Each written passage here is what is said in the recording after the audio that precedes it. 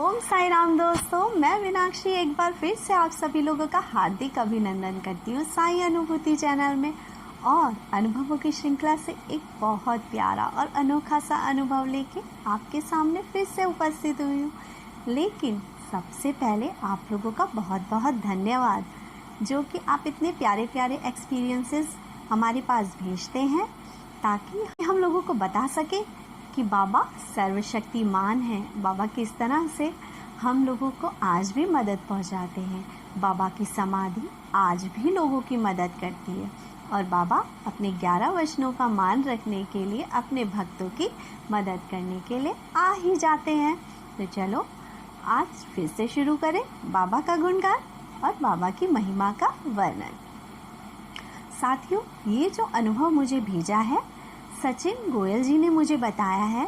उन्होंने मेरे पास फ़ोन किया और बहुत सारी बातें करी और उन्होंने मुझे बाबा के बहुत सारे अनुभव बताए, जिनमें से आज मैं आपको एक अनुभव बताने जा रही हूँ।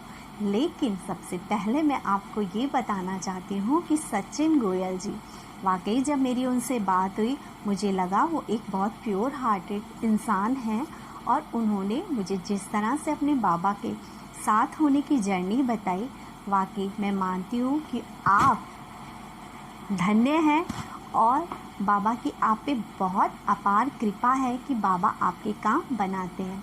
लेकिन उन्होंने जो मेरे सामने कन्फेस किया कि आज वो परेशानी में है, उनका फ़ोन आया, उन्होंने मुझसे सबसे पहला क्वेश्चन जो ये किया कि मैडम, जब मैं ना साईं सचरित्र पढ़ता हूँ ना तो मुझे बहुत नींद आती है।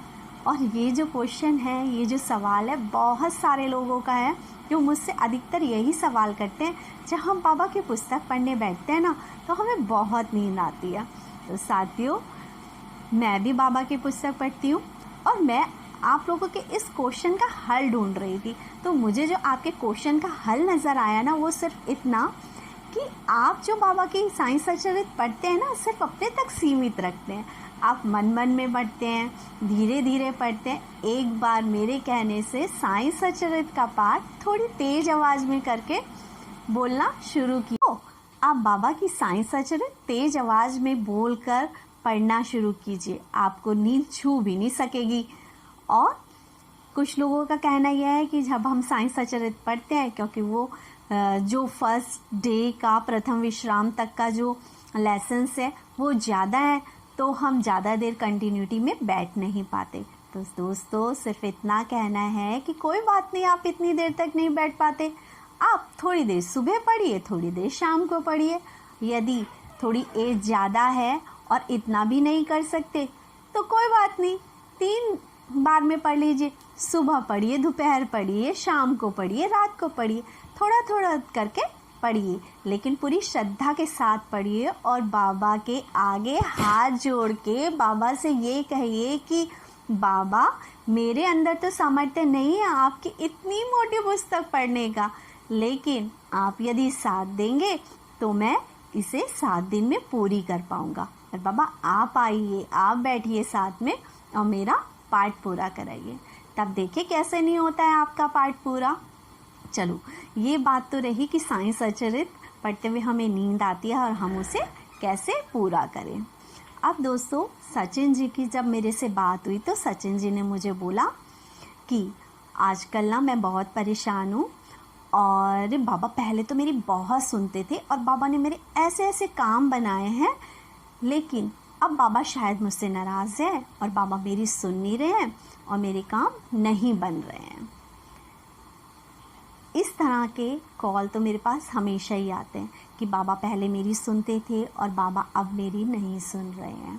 लेकिन जो सबसे अच्छी बात मुझे सचिन जी की लगी, जिन्होंने एक्सेप्ट किया कि मैं गलत रास्ते पे चला गया था। वो कहते हैं कि 2-3 साल से बाबा नहीं सुन रहे हैं, उससे पहले बाबा मेरी बहुत सुनते थे और उन्होंने ये एक्सेप्ट किया कि इन 2 या 3 सालों का जो भी टाइम पीरियड रहा उसमें वो गलत रास्ते में चले गए थे। वो थोड़ा जैसे लड़के करते ही हैं, अपने थोड़ा सा ड्रिंक वगैरह के उसमें या गलत संगत में पड़ गए थे और वो इस चीज़ को एक्सेप्ट करते हैं कि जब से मैंने ये काम किया तब से मेरे काम बनना बंद हो गए, तब से मैं इकोनॉमिकली थोड़ा वीक हो गया। उन्होंने कहा और खुद एक्सेप्ट किया।